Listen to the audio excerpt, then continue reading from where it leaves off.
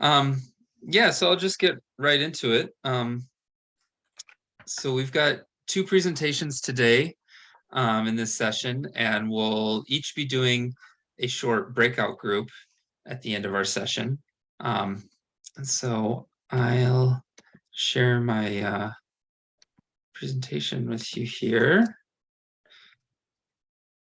My name is Stuart Schussler, and I'm here in Toronto, Canada, and I'm going to be talking about Zapatista autonomous justice today. And so I'm originally from Indiana, and I live here in Canada, so you might be wondering what somebody like me knows about an indigenous movement that's based in Southeast Mexico. And so my background with this is that if you look at that picture at the top left, those are some students in one of the Zapatista Good Government Centers. And for 6 years, between 2009 and 2015, I coordinated a undergraduate academic program where we would bring groups of students down to Chiapas, Mexico, and we would spend 2 months there learning about the Zapatistas and about social movements and talking about what that meant for our own political involvement back home. So I had the pleasure of spending 2 or 3 months in one of the Zapatista Good Government Centers each year for about 6 years. There's also, if any of you speak Spanish, there's an amazing book on Zapatista autonomous justice in Spanish. And you can see that at the top right corner. Bottom right, there's also this amazing program that the Zapatistas did in 2013, where they invited thousands of people to come and spend a week living with an indigenous Zapatista family and learning about how their autonomous government and how, their whole project works. So I got to participate in that. And the Zapatistas also released a number of textbooks, which are compilations of interviews. And that's what those folks are holding. And so if you go to this web address, awesome.community/escuelita, you can find English translations of those books to learn more about what the Zapatistas are doing that way. So this is an organization based in Southeast Mexico. You see the state of Chiapas highlighted in red there, and then you see their different kind of areas where the Zapatistas are organized in that lower map of the state. And so we're talking about Mayan indigenous peoples of a number of different ethnicities who all speak Mayan languages, the same as they do in the Yucatan Peninsula and in Guatemala. And there in Chiapas, like in many other parts of Latin America, there was a context of severe repression for hundreds of years dating from colonization. So you had plantation owners who basically had a feudal relationship with the indigenous people, where those folks were tied to that plantation and they would incur debts at the company store, and those debts would be passed from generation to generation for hundreds of years.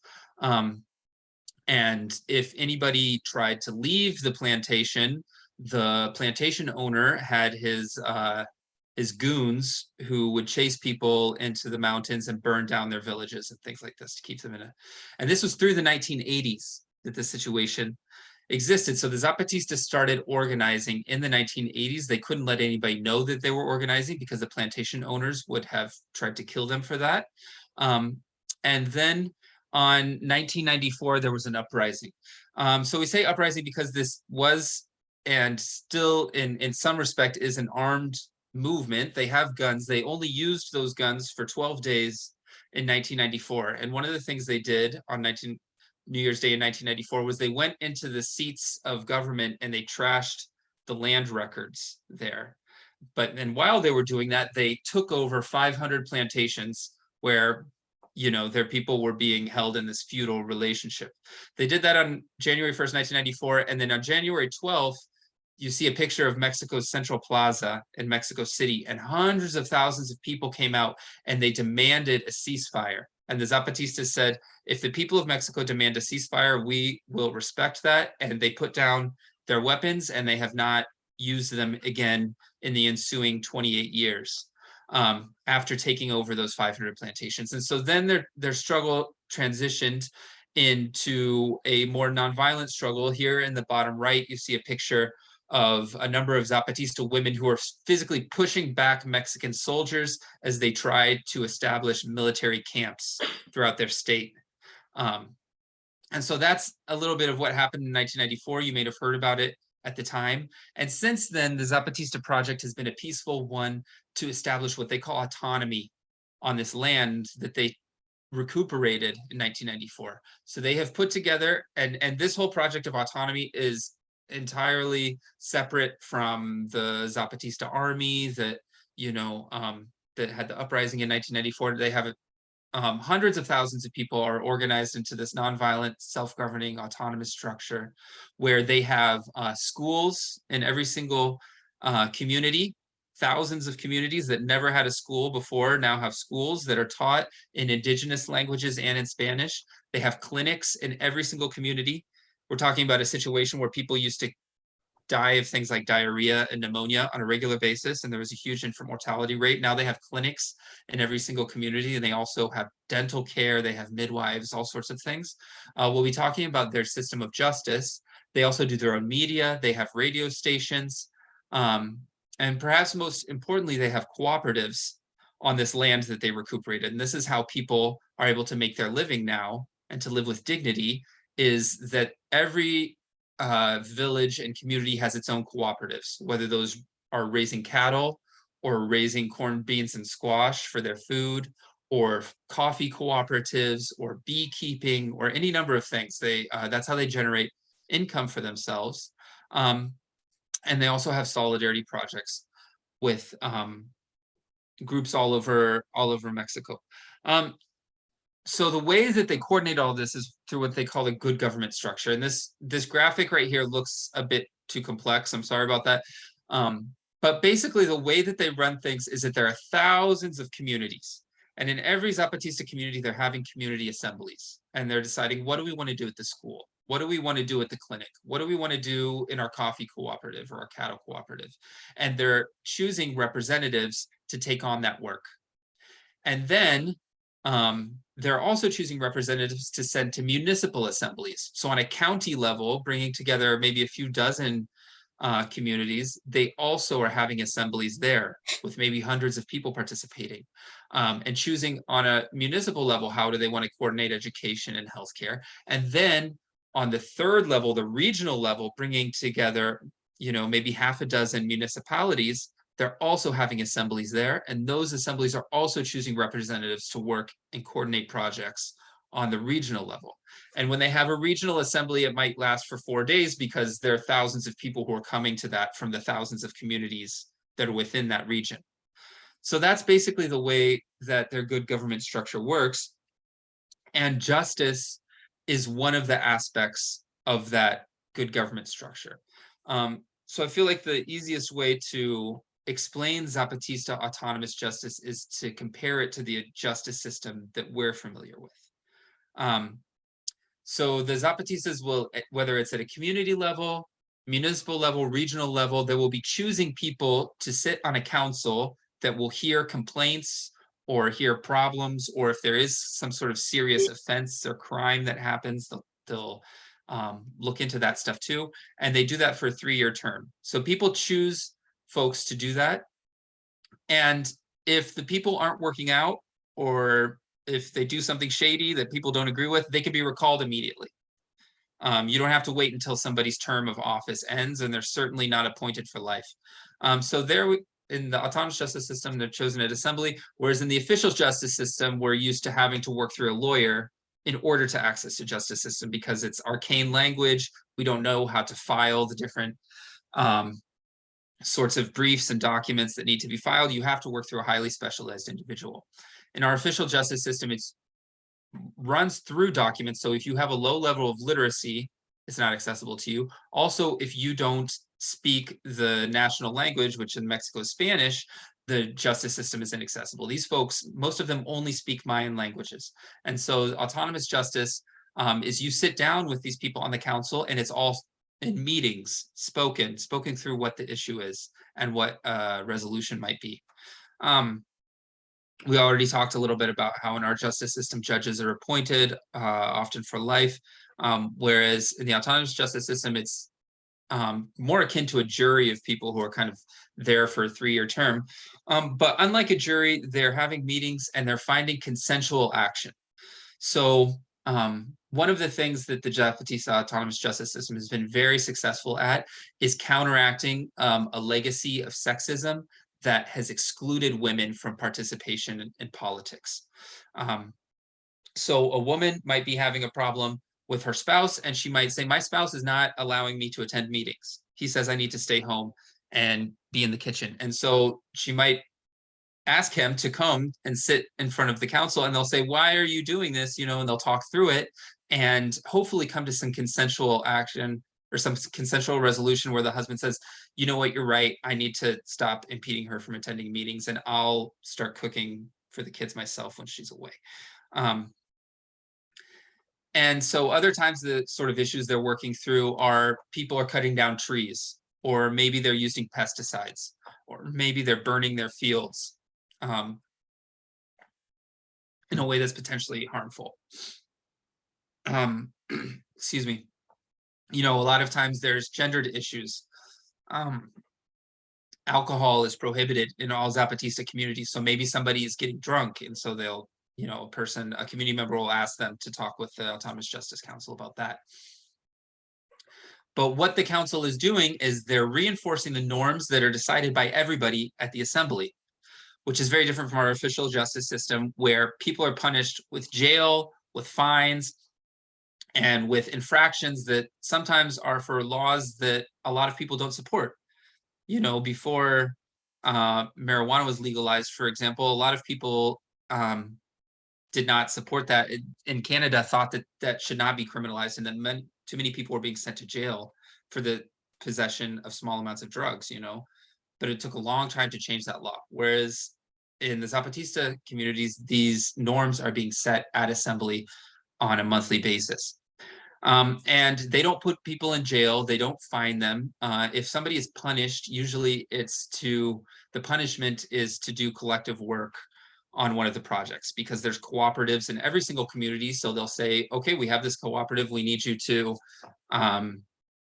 for 2 days a week for the next 6 months, you know, help us with the cattle cooperative or something like that. So basically, the big difference is that official justice a lot of times runs on money.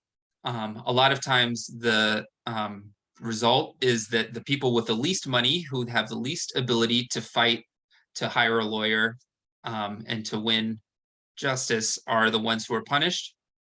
Whereas in the autonomous justice system, it's about really rebuilding the social fabric. And if people do things that break the social fabric, the Zapatista communities include hundreds of thousands of people. So there have been cases of, you know, two people getting drunk and one person getting to a fight and even killing another person. They say, how can we rebuild trust between the two families? And how can this person who's committed this grave offense rebuild trust?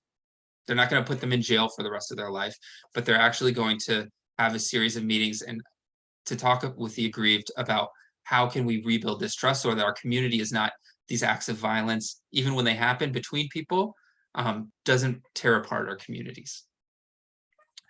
So to speak about police, obviously there is no need for police in these communities, because if somebody is stealing or breaking norms in other ways, community members are going to approach the council, the Justice Council, and ask that that person be summoned to a meeting. And if that person refuses, then they're going to receive intense pressure from all of their neighbors to go and to engage in the justice process. So they don't have to employ people who go around looking for crimes or arresting folks and things like that. So that's just a little bit about how the autonomous justice system works. I think that these two photos really encapsulate the difference between the traditional justice system and the autonomous justice system. On the left-hand side, you see these children who are the children of a plantation owner. This is maybe in the 1970s or the 1980s, and it was very common for the indigenous people who were living as serfs on the plantation to transport the plantation owner or their children on their backs tied to them while these children were sitting in chairs. And the justice system before the Zapatista uprising was really a justice system that cemented this hierarchy, that made sure that the wealthy and the rich stayed that way, and that people who were poor and dispossessed continued to be poor and dispossessed. And that, maintaining that hierarchy is what justice was. Whereas Zapatista autonomous justice, you see here on the right, we have a young Zapatista student and his grandmother. And his grandmother has probably been a Zapatista for many decades now. She was probably involved in that huge effort that it took to take this land back and these plantations back, but she never learned how to read. She stayed illiterate, but now that there is an autonomous education system, her grandson's assignment, his homework, is to teach his grandma how to read. And so I think that's a very beautiful metaphor of what real justice means in terms of us living fuller lives together and engaging in a project where we're collaborating to help everyone live fuller lives of more flourishing. And so that's the real sense of justice that the Zapatistas have been able to build these past 30 years. So we're going to go into our first breakout here. And so you're all going to be put into groups of maybe 3 or 4, I think. And I just wanted you to think about the stuff that you're involved in. If you're involved politically, if you're involved in a place of worship, the people that you collaborate with on a day-to-day basis, and to think about how does harm happen within those circles. When people harm people, it might be physically, or it might be emotionally, or it might be just kind of like points of tension or problematic issues that come up. But I want you to think about how do those manifest, and if you were to have some sort of kind of like autonomous justice where you came together and to consensually agree on how that harm or how those problems might be overcome, what actions do you think would repair that harm? Just to kind of think, in an entirely different situation, because all of us are living in a very different context than this, how do problems arise amongst our circles, amongst the people that we collaborate with, and how might we repair that? And so we're going to give you about 7 minutes to talk about that. And if one person could please take on the role of the note taker, what we're going to ask you to do is to paste your notes into the chat so that we can share the outcomes of those conversations in the chat. Does anybody have any questions about that?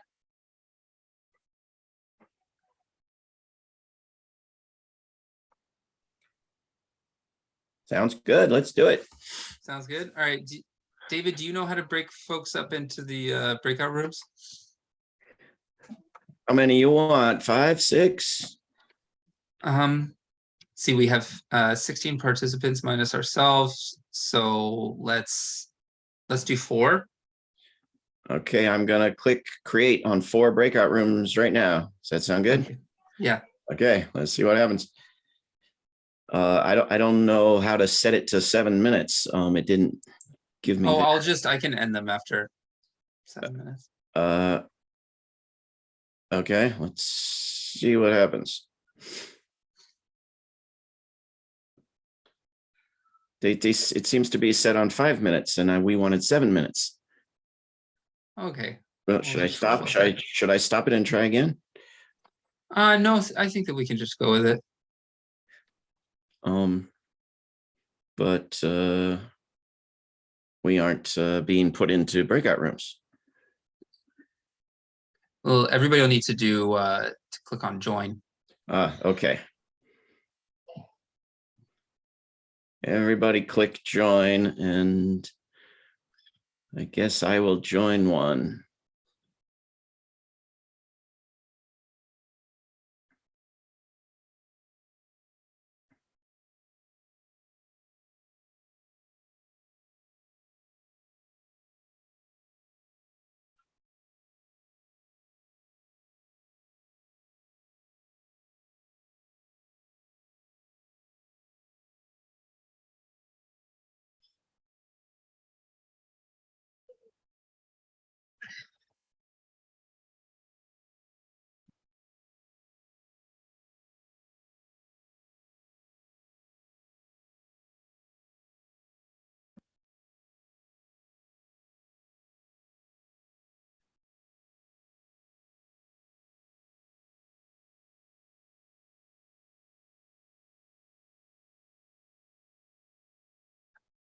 Um, let's see.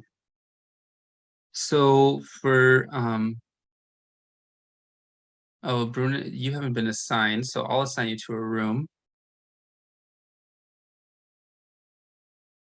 There you go. Do you see an option, Bruna, to join a room there?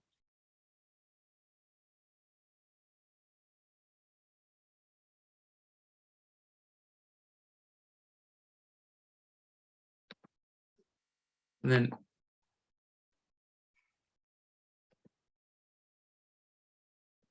Eddie, I don't know if you see also see a option to join a breakout room that popped up on your screen.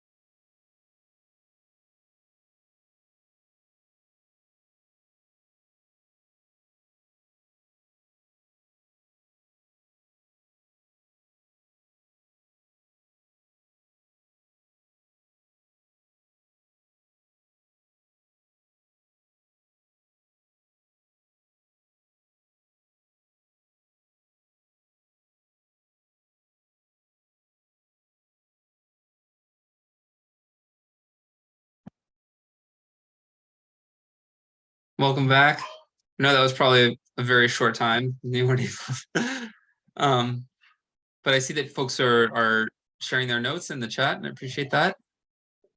And I think that I'll be reading these while David's talking, and then in our Q&A, we can hopefully get more into what you all were talking about in the breakout rooms.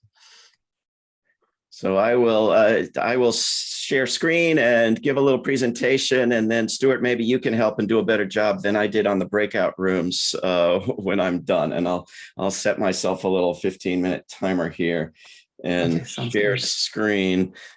Tell me if you can see this PowerPoint presentation. Tell me if you can't. Tell me if you can hear me. Tell me if you can't hear me.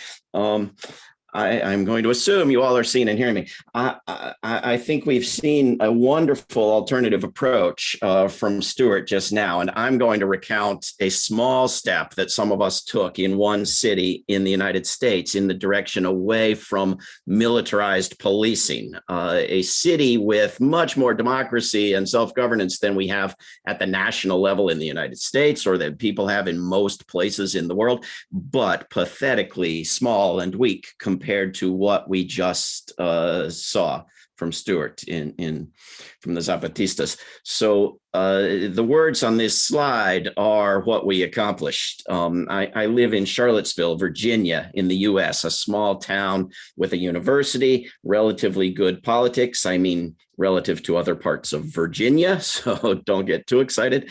I want to describe a short and successful but limited campaign we did 2 years ago in July 2020 to move the local police partially away from militarization. We've passed local laws and resolutions by the dozens, including divestment of funds from weapons and fossil fuels, statements against current or feared wars, demands to Congress to move money out of militarism, a ban on drones, etc. The usual approach is pretty routine now. We form a coalition, we gather endorsers, collect signatures on a petition, find allies on the city council, generate media coverage, hold rallies and press conferences and buy some ads, make flyers, line up speakers, pack a city council meeting, get the thing on the agenda for the next meeting, generate more media, pack the next meeting, done. So the campaign to demilitarize the local police was a little different because the city council meetings were now on Zoom, and we didn't do any events, and we didn't work with any allies on city council, and we didn't form a very broad or representative coalition. And I was personally the face of the thing to such an extent that people called it David Swanson's resolution, which I didn't want them to. And I was quite aggressive and critical of the city council, and certainly did not model diplomacy or creating lasting friendships with city council members. And when the city council passed what we wanted, they were rather upset about it, but did it anyway. And so much of what was done in this case might not be the best approach in every case, but when the city council passed what it passed, its members promised to come back and do more in addition to it. And I didn't believe they would, and they haven't. But the fact that they said that is a clue to what was the biggest factor that made this campaign possible and made it different. And that factor was nationwide and local and beyond nationwide Black Lives Matter activism, pressing stronger demands than what we petitioned for. Because the topic was in the news, because other cities and states were acting or talking about acting, because people were filling the streets demanding even more than I'd put in our petition, I was able to denounce the Charlottesville City Council for doing nothing, and to denounce them so obnoxiously that they felt compelled to at least do something. This was further helped by the fact that there had famously been a Nazi rally in Charlottesville, following which other cities around the US and the world had been taking down racist monuments by the dozen. But Charlottesville itself had not yet done so, had not yet banned guns from public events, had not yet done much of anything in response to its famous disaster, which had stimulated change elsewhere. And this allowed me to really paint Charlottesville as the headquarters of inaction. The strongest evidence that Charlottesville would have done nothing to demilitarize its police had it not been for the Black Lives Matter demonstrations all over the news is that since those have not been in the news in more recent months, most other localities have done nothing. And places that had exciting momentum building to get something done 2 years ago, but went slowly and organized strategically, never got anything done. The strongest evidence that we asked for measures that we had a shot at getting passed during that moment of activism generated pressure is that our city council passed it and did so unanimously. Specifically, they resolved that the Charlottesville Police Department shall not acquire weaponry from the U.S. Armed Forces and shall not receive military style or warrior training by the U.S. Armed Forces, a foreign military or police, or any private company. The wording of the resolution came from the petition I'd drafted and gathered over 1,000 signatures on. During a city council Zoom meeting, members of the public objected that the wording needed to be stronger. Specifically, the police department shouldn't be allowed to acquire military weaponry from anywhere, not just from the U.S. military, and that the police department should end its policy of giving preference in hiring to former members of the U.S. military, thus acquiring police officers with military training, despite the ban on military training. A number of city council members said that such concerns would be addressed in the weeks and months ahead, that the action was intended to be a beginning, in the words of one council member, and not the end of the discussion, in the words of another. As far as I know, these matters have not been further addressed in the past 2 years. The petition had also asked the city to, quote, require enhanced training and stronger policies for conflict de-escalation and limited use of force for law enforcement. But this was very much at odds with the flow of activism demanding the defunding of police, because it could have actually created funding for the training of police, albeit training of a better sort. So that bit was left out.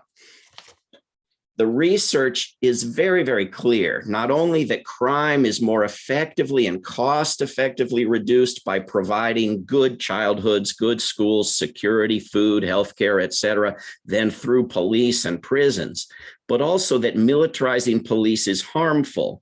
We have a website at WorldBeyondWar.org/policing that collects relevant research, as well as provides a sample petition, sample resolution, what we did in Charlottesville, what other places have done. Predictably enough, police, given lots of war weapons, tend to kill more people.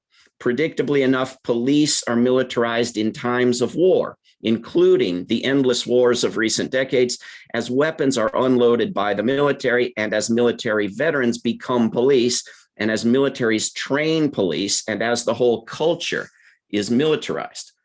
Sorry, try to click next there.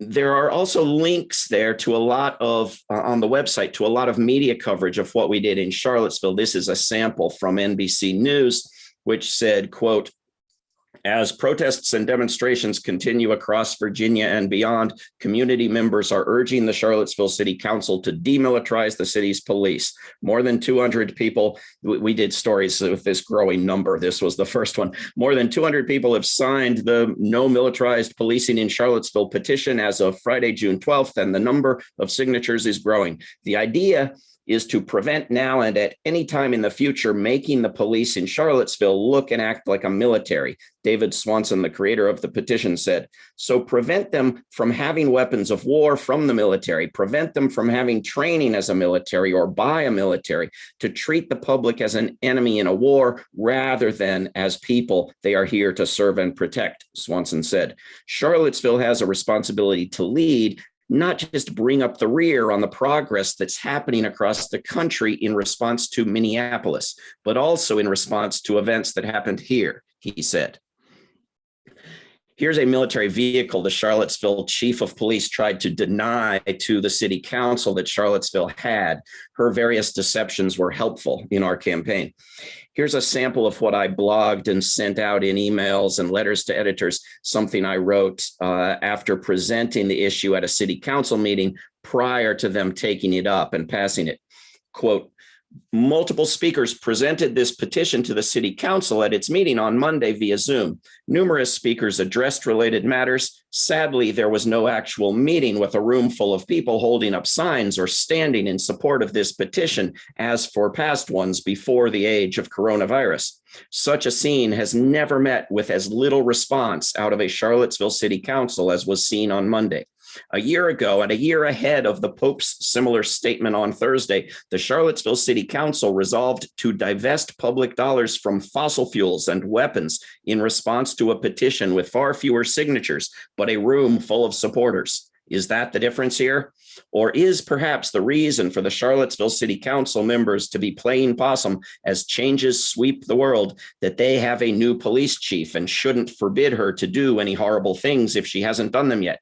Or maybe national and global trends toward progress shouldn't distract from the ongoing business of a city that is already perfect. Or maybe somebody said something unfair or offensive to the mayor who really owes it to the rest of us to do nothing just to spite whoever that was.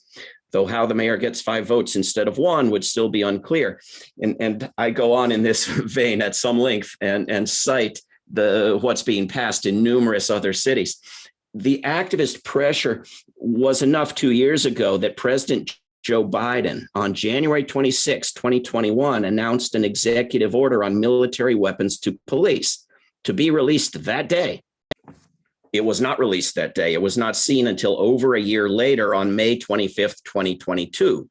The pressure had faded away. The executive order fails to abolish the 1033 program that ships war weapons to local police departments.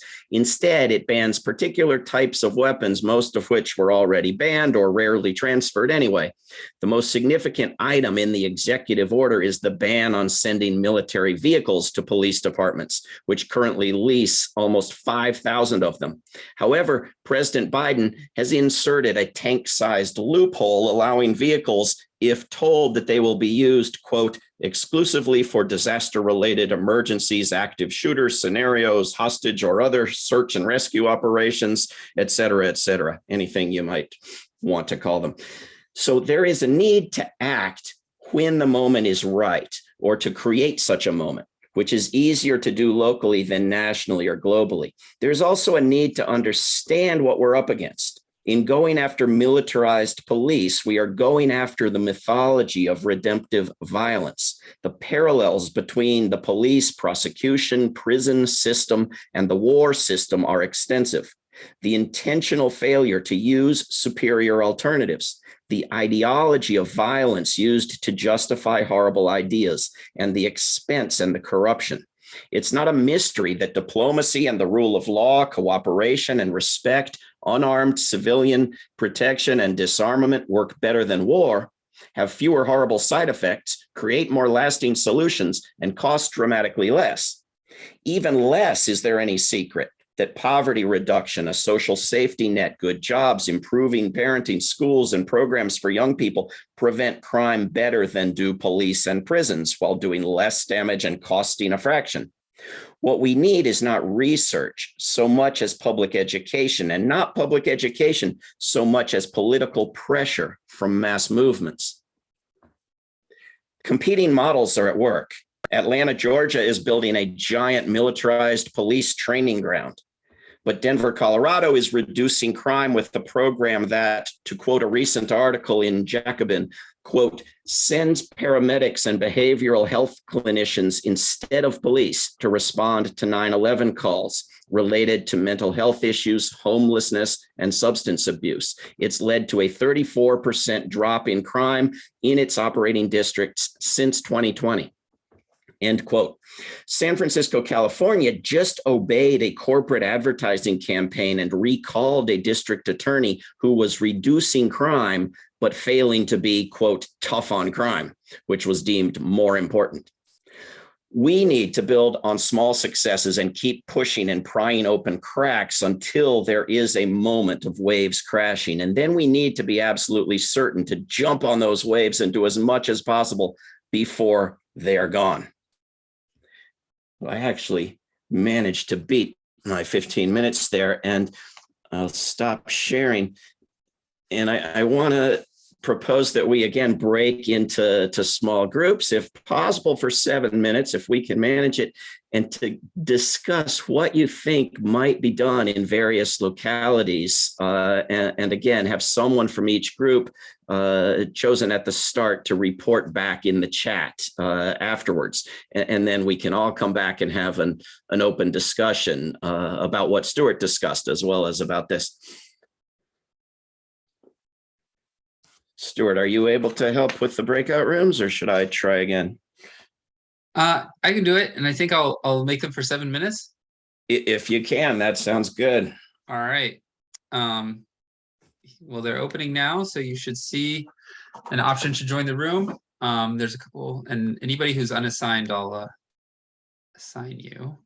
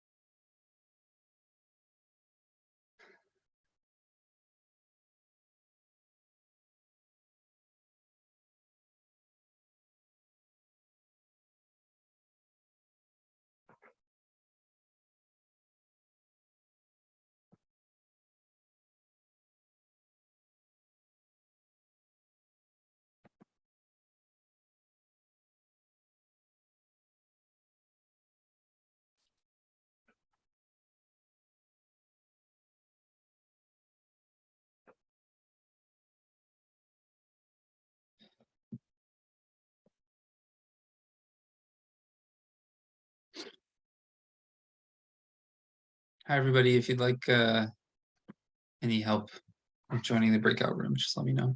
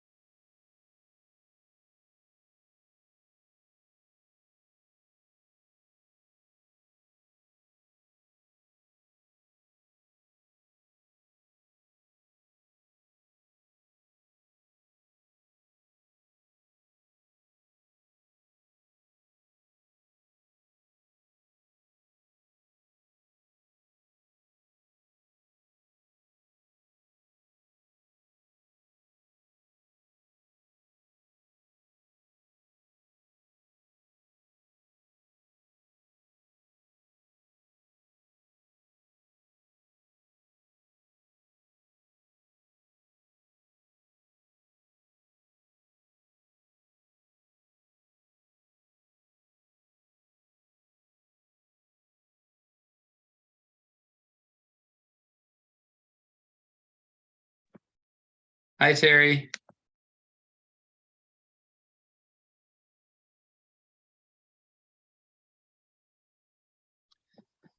Yeah, I can't hear you.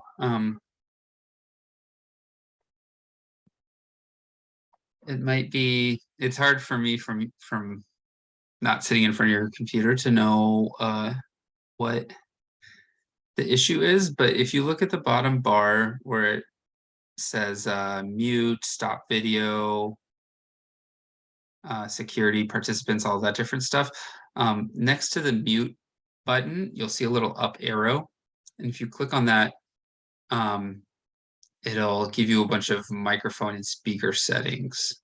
So at the top, you'll see it'll say select a microphone, and there's a list of different microphones. So maybe if you select a different one, then that'll help you. So again, you just, yeah, next to mute, there's an up arrow. And then you see select a microphone and a list of different options. So I might want to just play with that a little bit.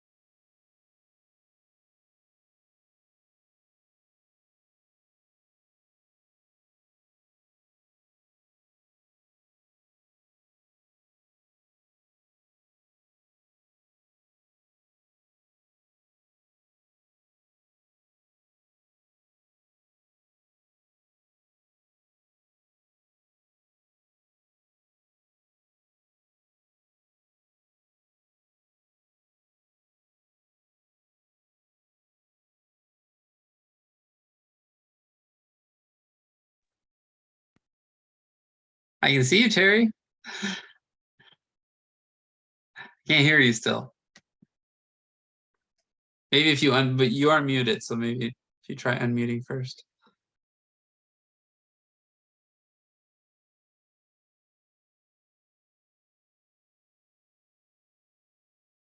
Yeah, so if you bring your mouse down towards the bottom of the screen, you'll see that little button. It'll bring up a bunch of different buttons. At the bottom left, there's the mute button.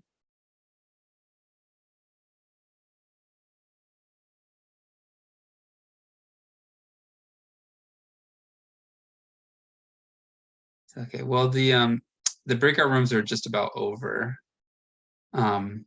So we'll have everybody coming back pretty soon.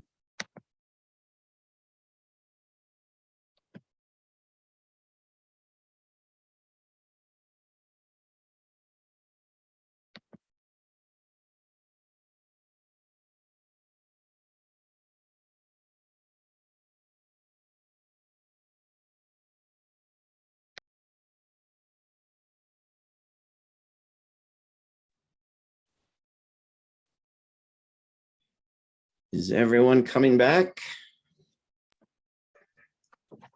Yeah, folks will file in slowly here. Shall we tell people they can raise their hand? Sure, it looks like it gives people a minute to come back, so we got about 20 seconds left. Yeah, I'll have everybody back in.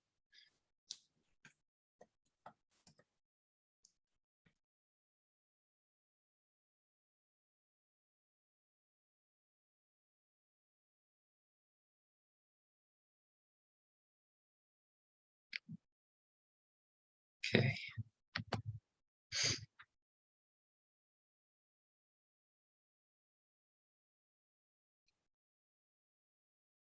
All right, welcome.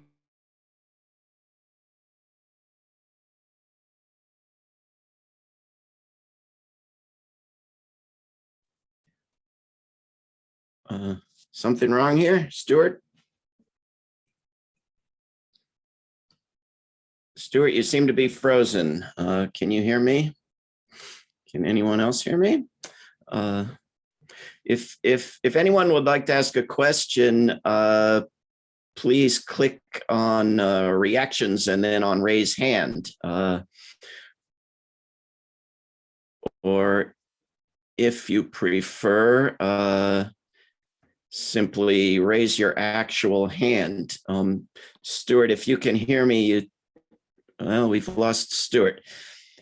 If anyone can hear me and would like to make a comment or ask a question, please either click on raise hand or raise your actual physical hand, or explain in the chat why you can't raise your hand, or something else.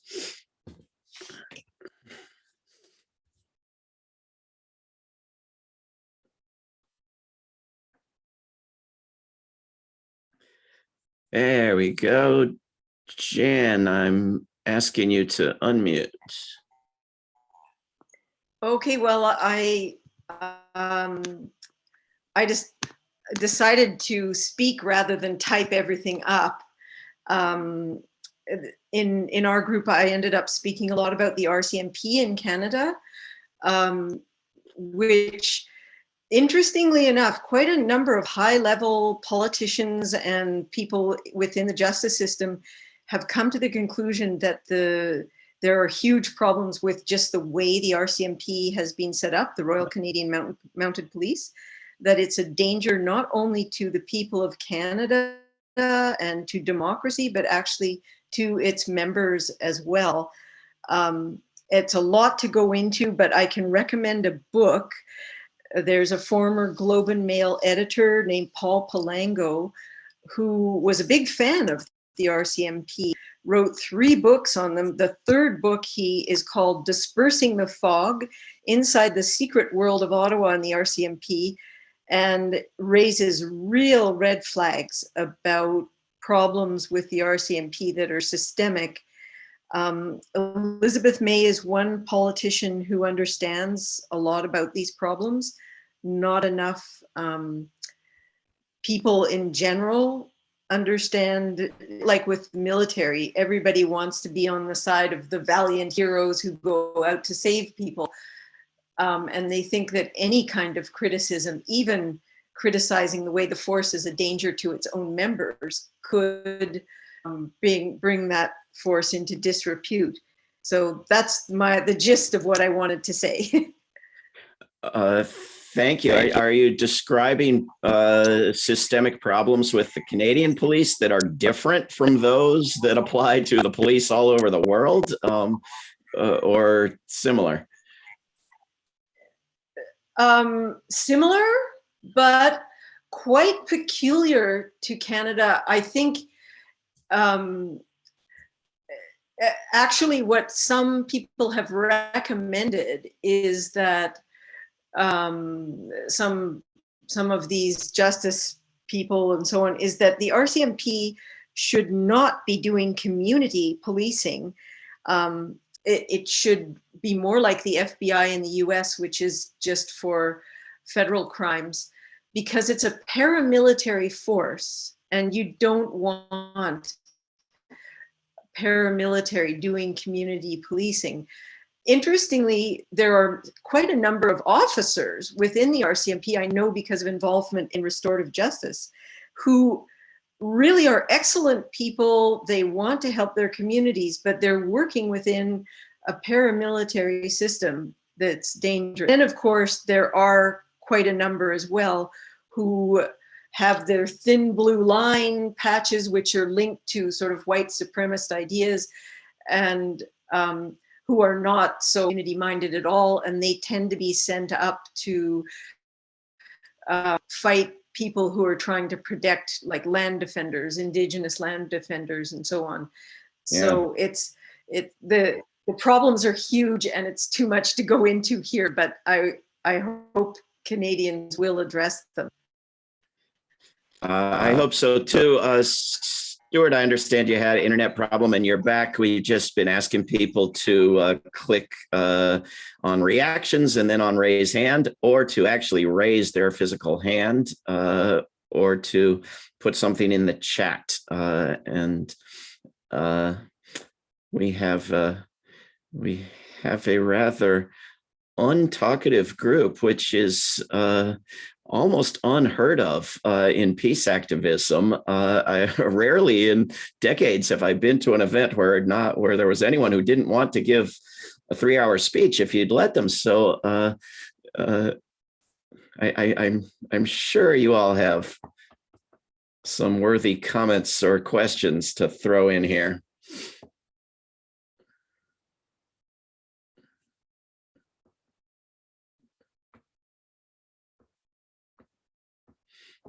Well, I can say that I'm certainly very impressed with Stuart's presentation, and it's beyond what we even dream of, in doing activism in a community like mine. So, how do we get from these baby steps to these big steps is the real question here.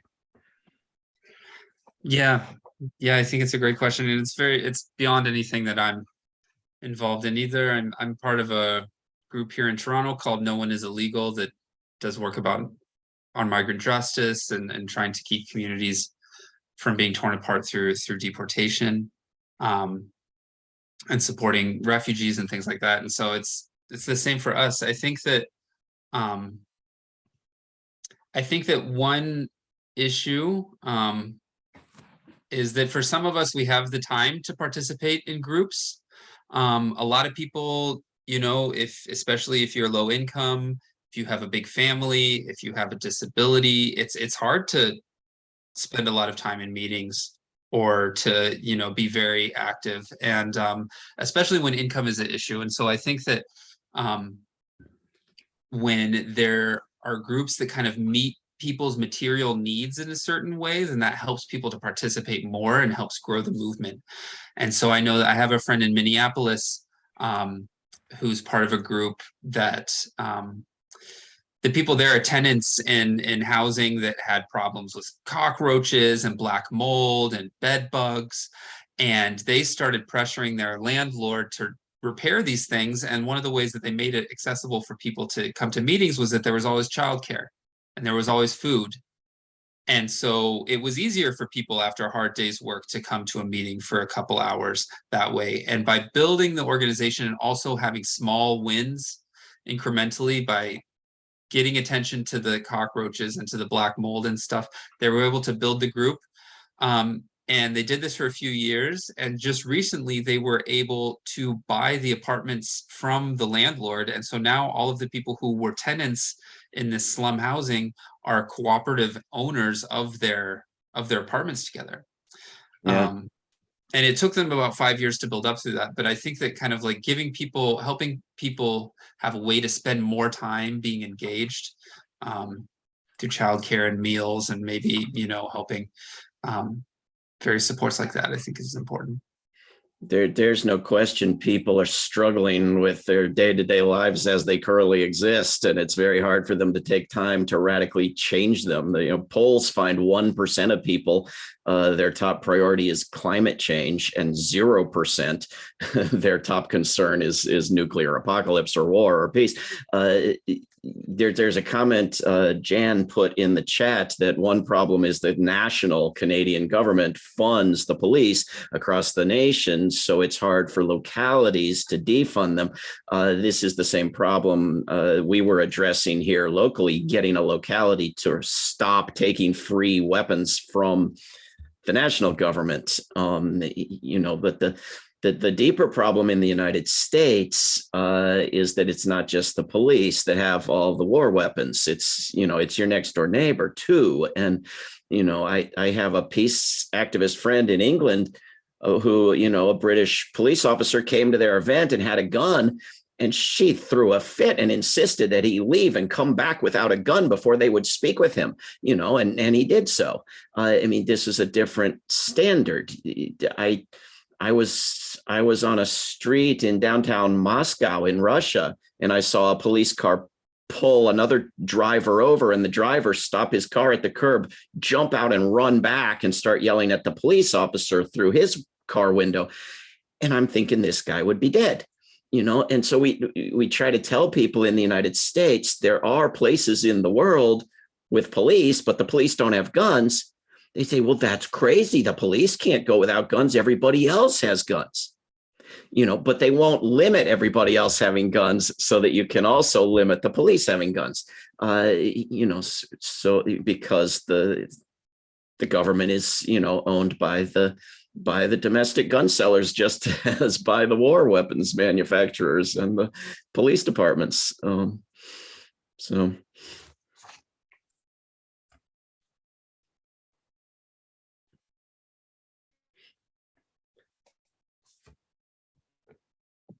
We've got about 9 minutes, and we're moving on to another event. I just had another question for you, David, if nobody else has questions. I think that was great advice, that when there is kind of a national moment, that we need to be ready to seize that moment. I wonder if you have advice of the sort of things that people can be doing, and the ways that we can keep our hopes up when there are, because we go through slower periods of time, and then it feels like we go through periods where there's a lot of movement in a very short amount of time. So what's your advice for how to prepare during those long kind of like doldrums? Well, I don't know how qualified I am to give good advice on that. My principal advice on how to keep your hopes up is to stop needing hope, and start focusing just on the activism and finding fulfillment out of doing the best you possibly can, regardless of what your expectations are, optimistic or pessimistic. I just have no use for that stuff. But since everybody else is we're just a world of hopium addicts. You have to help other people keep their hopes up. And I think one way is to point out to them all the successes of the past that never get celebrated, all the wars we prevented, and there's nothing in the textbooks or the calendar, or this is the day a war didn't happen, But I think, World Beyond War, we do education and we do activism. And if it's not a moment for activism, do more education, get more people learning learning, through in-depth month-and-a-half online courses, through films, videos, books, webinars, flyers, discussions, book clubs, discussion clubs, lectures and courses in schools and colleges. Get people learning, because the level of learning, even among people who think they want less police and think they want less war, is very shallow in most cases. There's so many vegetarians between meals and pacifists between wars that as soon as there's another war, oh, I'm anti-war, but of course I'm for this war, which I hear all the time from hundreds of people on both sides of the war that's on TV in recent months. Bruna, you want to jump in? I clicked to ask you to unmute, Bruna, but you have to, I think, do something as well to unmute. Sure. I'm sorry. There you go. I agree with things that have been said. At the same time, and maybe there are there, and I don't know them, kind of almost a recipe book or a quick reference, something that says, this has succeeded. This is a good way to go about something, just like a recipe book. You want a soup? Well, there is a vegetarian soup, and you want to prevent a war. These are the type of things that have happened to prevent a war. You want to repair an injustice. These are the type of, Yeah. We agree so much. We intended this conference to be in large part that sort of thing. That's why we're hearing about successful stories from around the world, like the Zapatistas.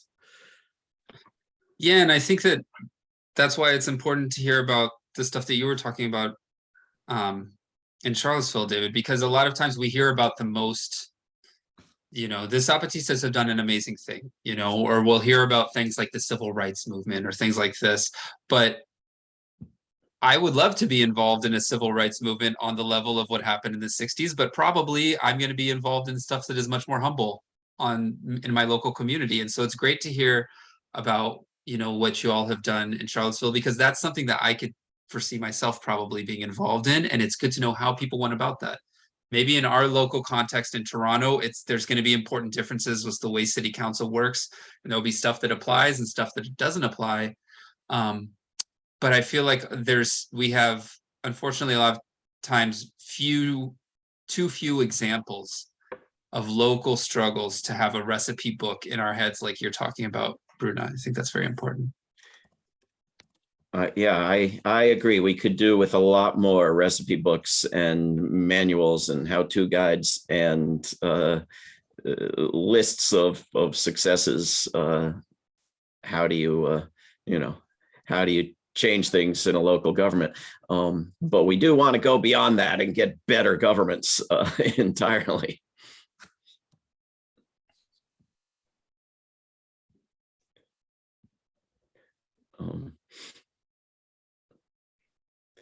People are saying in the chat there are lots of other stories that just don't get enough attention. And I think the Zapatistas, I mean, the word may be famous, but I think relatively few people really know what Stuart presented to us today.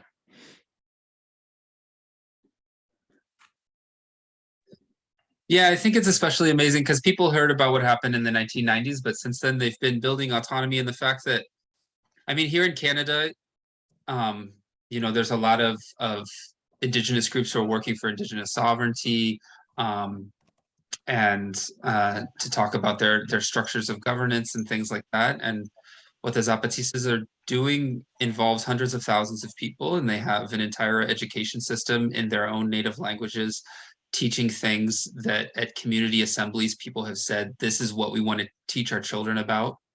This is what's important for us, for them to be educated in, instead of it kind of just being passed down from a curriculum board. And so, yeah, I think it is quite incredible, and it's a good dose of hopium for me to Yeah. see what they're doing. Can we call on Jan since we're supposed to stop in 3 minutes? Yep. Jan, are you able to speak up? Sure. So just based on what Stuart was saying, it occurs to me that one moment we have in Canada is there's so much discussion of truth and reconciliation lately, and at the same time, so many people involved in land defense efforts against pipelines, and a group like Raven, respecting indigenous values, environmental and values of indigenous people, that are calling on government to decolonize policing. And so it might be a moment a bit like the George Floyd moment in the US was. But the question I wanted to ask, you mentioned wars of examples myself. So if you can just give a couple examples of wars that we did prevent, that would be really good. If I get a chance in the next 60 seconds, I'll try to put some links in the chat. Otherwise, contact me after and I'll give you endless lists. But I think my favorite example at the moment, Jan, I'm going to see if I can mute you and you can unmute again, but there's a lot of noise. My favorite example at the moment, we're being told that all these countries must be in NATO, and it's being in NATO that prevents the evil Dr. Putin from attacking them, and the Baltic states, if they're in NATO, that's why they haven't been attacked. But we're supposed to have erased from our collective memory how those states kicked out the Soviet Union and repelled Soviet invasions, and the fact that they did it with singing rather than with weapons, which sounds like some crazy hippie dream, but is actually true. I'm going to try to get permission to do an online screening and discussion of the film, The Singing Revolution, because I think everyone should see it if they haven't. But I mean, even in the United States, there's several times over the past decades that we've been inches away from a war on Iran, and it didn't happen. And it didn't happen because of public pressure, and in some cases, global public pressure and public pressure on other governments that then pressured the U.S. The war on Syria was almost escalated dramatically. I mean, carpet bombing of the whole country, and that was stopped, prevented by public pressure, in particular in the US and in the UK, and then from the UK to the US. But there are obviously endless examples of getting weapons dismantled, getting negotiations settled, getting wars ended and wars prevented that, go to peacealmanac.org for some of them. We've put an event, 365 events on 365 days of the year. We've also gone over time. Stuart, do you want to get in here and say anything? No, just to thank you all for coming to this. I think it was a great session. And thank you all for inviting me. Let's keep on organizing against war. Well said. Thanks, everybody.